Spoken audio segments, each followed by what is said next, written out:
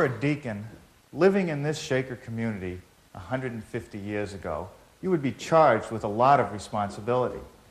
So you might leave yourself some notes on a chalkboard such as this. For instance, today, you need to organize a crew to fix the fences in the north orchard.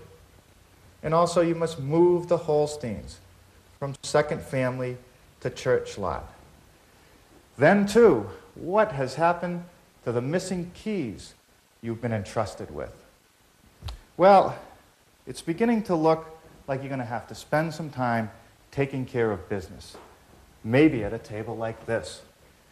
And look at this one. It even has some ink stains on it, maybe put there 75 years ago. But it's a beautiful piece.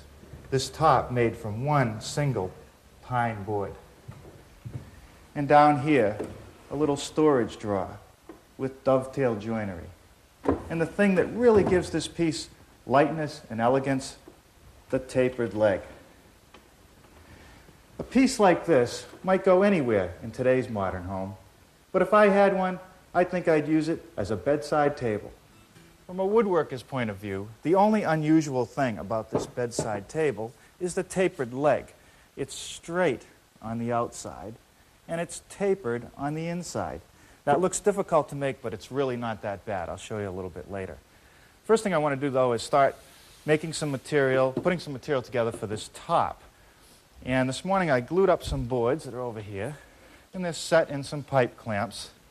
You know, today it's almost impossible to find a board that's 16.5 inches wide. And even if you could, later on you might have trouble with warping and twisting. So the best thing to do is to glue several boards together. In this case, 3 individual boards. The thing you want to do is pay attention to the growth rings. The growth rings are these lines which curve, and that shows you that the bark of the tree was out here on this board, on this one, on the other side, and on this one over here. So by alternating the growth rings, you end up with a stronger and a more stable top. Another thing I did was glue up some stock for my legs.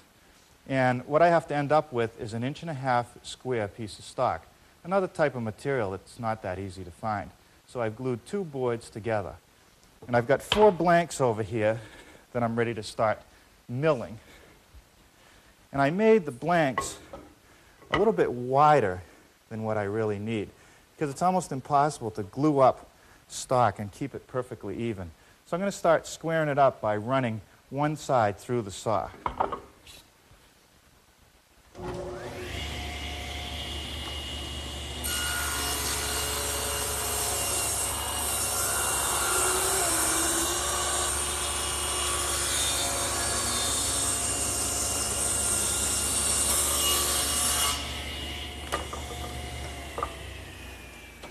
Now with one side milled, I'll readjust my fence to just a little bit over 1.5 inches. And then using the already milled side against my rip fence, I'll square up the other edge.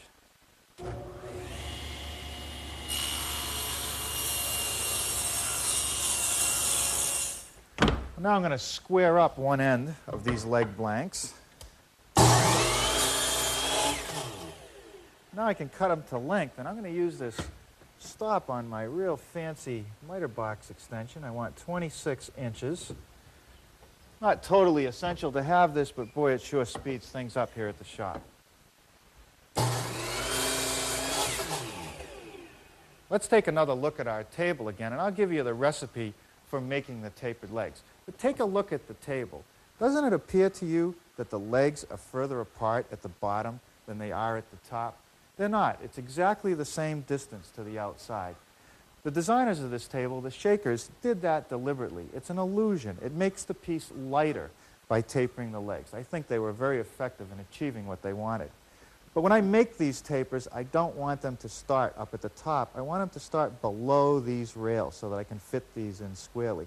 So I'll taper this side of the leg and also this side of the leg. So all 4 legs have to be tapered on the inside. I'll do that over here on my table saw with a tapering jig. Now you can buy these, but I made this one. It has a hinge that's attached to 2 pieces of oak. And then over here there's an adjustment feature, and by changing that I can get an infinite number of different wedges. So I've set it up for our legs, and you'll see that when you put a piece of wood in it and put the jig against the rip fence, as you push it through, you'll remove more and more material, and we'll get the taper that we want. Now I'll do all 4 legs.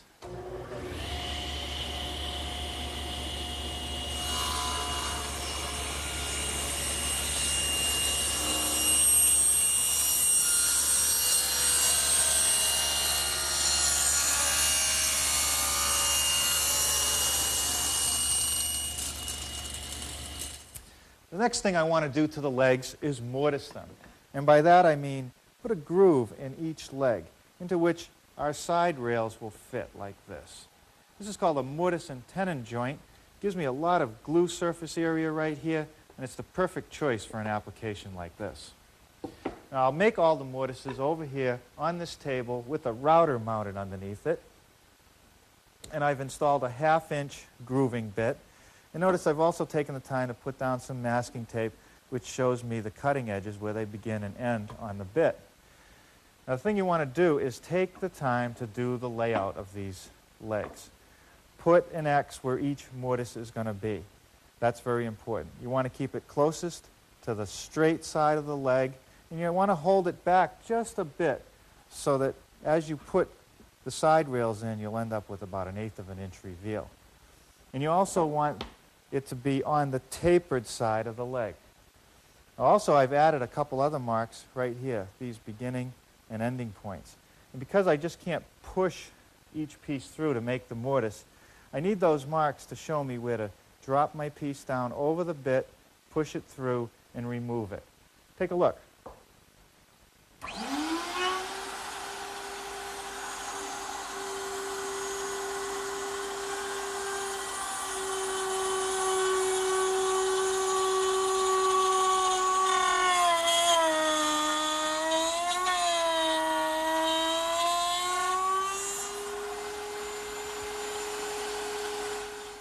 Now here on the front side of the table, which is the drawer side, things are a little bit different. I have 2 rails, one here and one here. So the mortising is going to have to be done a little bit differently. I'm going to need 2. One right here, which will be for the bottom rail, and one up here, which will be for the top rail. Now, once again, pay attention to that layout. You see I've put the witness marks where the cuts have to be, and on the other side I've put my guidelines, which I'll use over at the router table. Let's try one.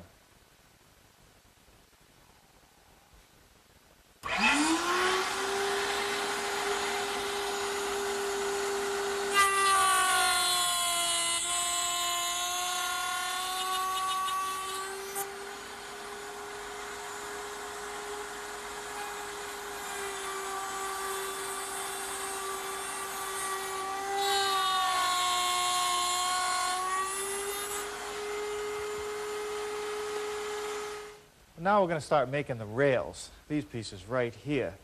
You have to remember that there's a tenon on each end of the rails, so I want to add 1 inch to the overall dimension between the legs. So that means I need 2 pieces, 10 1/4, and 2 pieces, 14 1/2, and I'll cut them right here on the miter saw.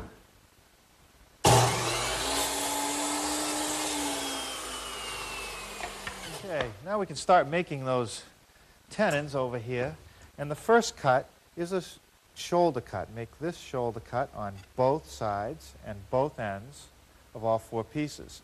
So I've set the blade to the right height and distance, and notice I've clamped on a gauge block because I'm using my T-square in combination with the rip fence, and that prevents any kickback or bind up.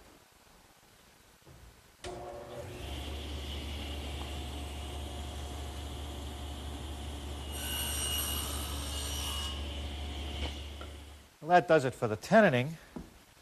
Now, if you remember, one piece I didn't make this shoulder cut right here. I'm going to use this piece to rip 2 1 1/4 inch rails for the front of the table.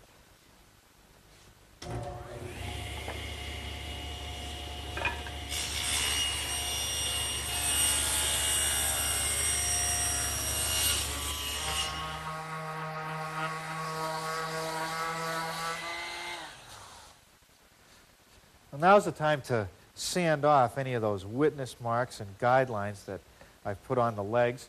And one more thing, because the mortises have rounded ends here, I want to just take a sharp utility knife and knock off those square corners on the tenons.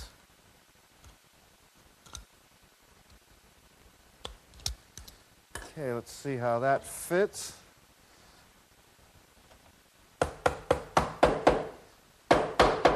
That's good.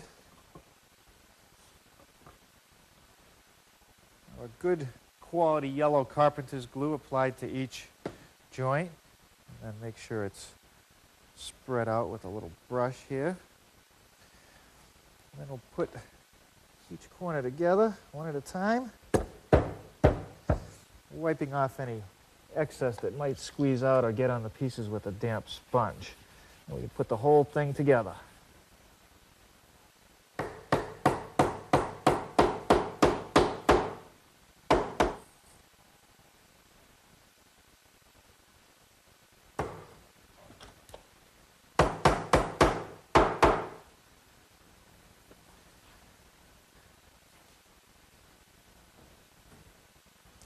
All right, these clamps will hold it in place until the glue sets up.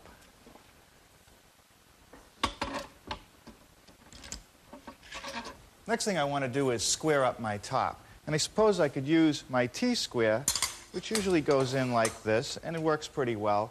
But with a wide board, I end up starting with the square way off the edge of the table, and it's not very steady. So I'm going to use something else, something called a panel cutter. This is a homemade one. It's just a piece of plywood with a cleat screwed on it. And on the bottom, there's a piece of hardwood which rides in the same groove as the little T-square does. In fact, this is just a big square. And now I'll just square up one edge of my top.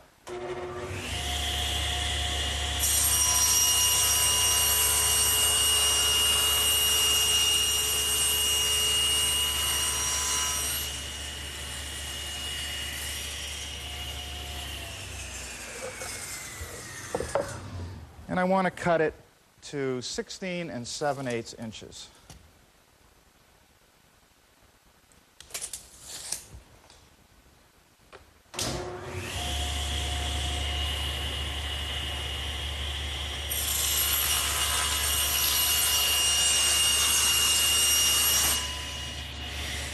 Now, in order to attach the breadboard edge, I need to make a tongue on the top, and then our edge will slip onto that. And I've set up the saw 3/4 of an inch away from the fence and about 1/4 of an inch deep.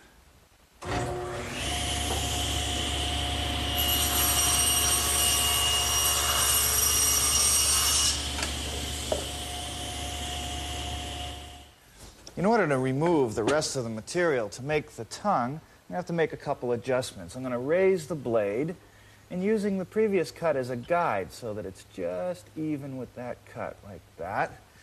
And then I do have to readjust the fence so that it's at 1/2 inch between the fence and the blade. And now I'm ready to complete the tongue.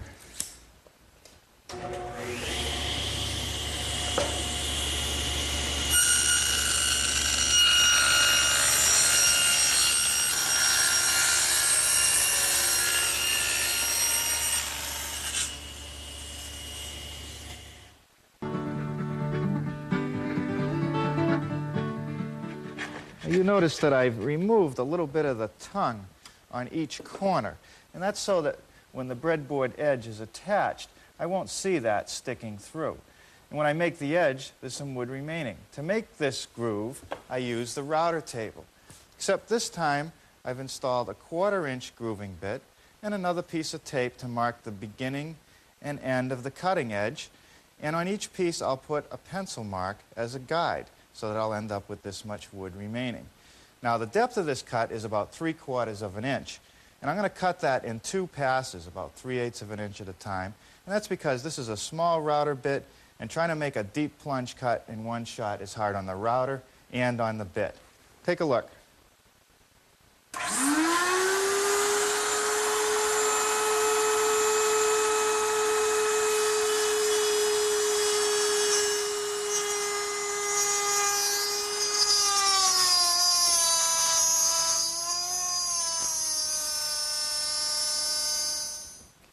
little bit of yellow carpenter's glue.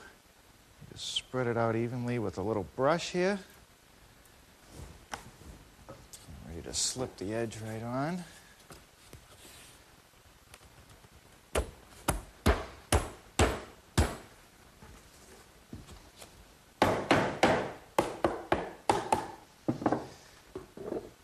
Set it in my clamps.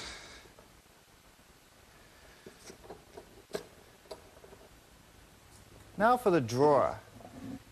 It's made out of 1/2-inch pine with a 1/4-inch plywood bottom.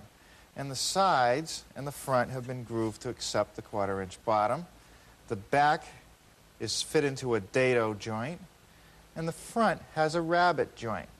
First one I want to do is that rabbet joint, and I've set up the table saw with a dado head cutter, which is just 2 blades that are set at an angle to one another, and it plows out material. Again, using a gauge block and my T-square, I'll run each end of that front through.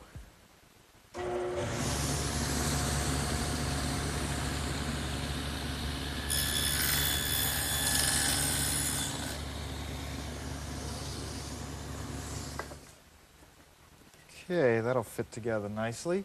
Now I'll have to make some saw adjustments so I can cut the dado in the side pieces to accept the back.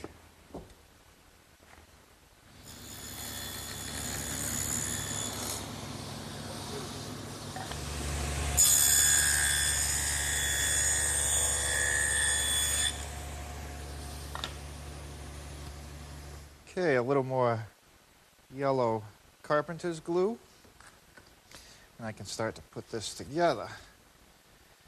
Now, the glue is only at the joints. We want to leave this piece of 1/4-inch ply, which goes in the bottom, floating, so that it can expand and contract freely with changes in moisture. We don't want it to expand so much that it can, if it was glued to the sides, it might break it open when it's swelled up.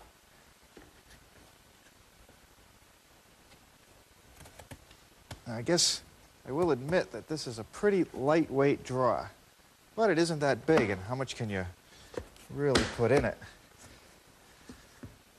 Now the corners will get nailed together with some 1-inch brads.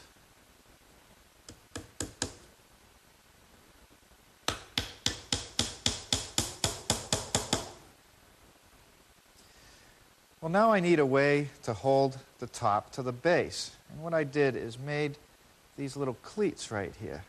And they fit in like this. And these screws will fasten it to the rails. And then I've got some additional screws right here which will hold the top down.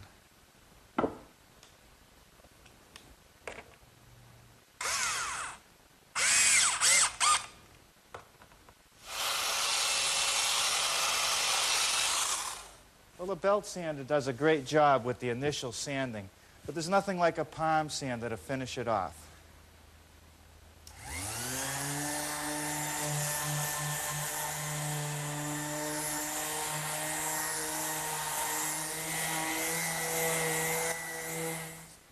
Well, that looks pretty good. Now I can take the top and flip it over so that the bottom side is facing up, and just take the whole leg assembly, the base of the table, set it on the top, and fasten it in place with 4 drywall screws.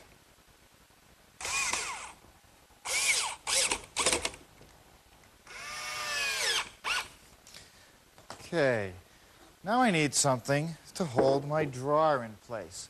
So I've made some cleats. They're just pieces of 1x2 that are screwed together so that you get an angle, and those will get fastened right here to the side rails. But I want to make sure I keep this just slightly above our front rail so the drawer will ride on this rather than on the rail.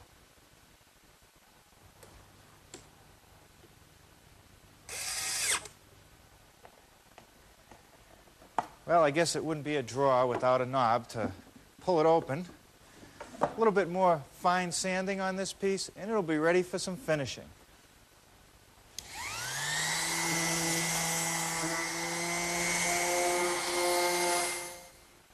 Well, it sure is nice having this designated area to do all my finishing. You know, we've tried to do it in the shop, and it's just impossible. There's too much dust in there. It settles around. You can't get rid of it. Out here, at least I have a relatively dust-free environment. Now, in this project, I'm starting with what's called a sanding sealer, and I'm applying it to the areas of the table that you're really not going to see, just to protect the wood so it won't absorb moisture and start to warp and twist. Now, I'll also do that to the inside and bottom side of my drawer, and then I'll get working on the side that we're going to see.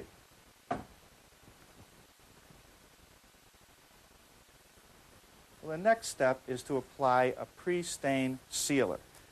And it's absorbed by the softer wood a little more than the hard, so I'll end up being able to control the depth of my stain. Let me show you on a piece that I've done for a sample. The stain I want to use was applied to raw wood, and you can see it's very uneven and blotchy. And then over here, over the pre-stain sealer. And by rubbing it at different degrees, I ended up with this little area right here, which is what I want to use on my table. So I apply the sealer lightly, let it sit according to the directions for 5 to 10 minutes, and then wipe it off. Okay, that's all wiped off. And the instructions say that I should wait at least an hour before I put some stain on. Well, this stain should give me a country pine look. I'll put it on with the brush and then let it sit and wipe it down a bit.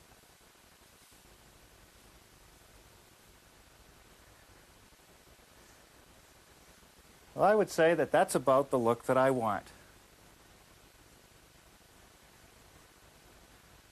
Now, with the stain sufficiently dried, I'm ready for the first coat, which is a sanding sealer. Well, after the sanding sealer dried, I sanded it with a very fine sandpaper, and I like to use a 320 grit wet dry sandpaper. What happens, though, is you get a little bit of residue left over. That's supposed to happen. But before you put the finish on, you have to clean it off. And I like to use a tack cloth, which is really just cheesecloth that's treated with material to make it sticky. Once all that residue has been removed, I'm ready to put on my first coat of finish, which in this case is going to be a satin finish polyurethane. And that'll give me a nice, durable surface.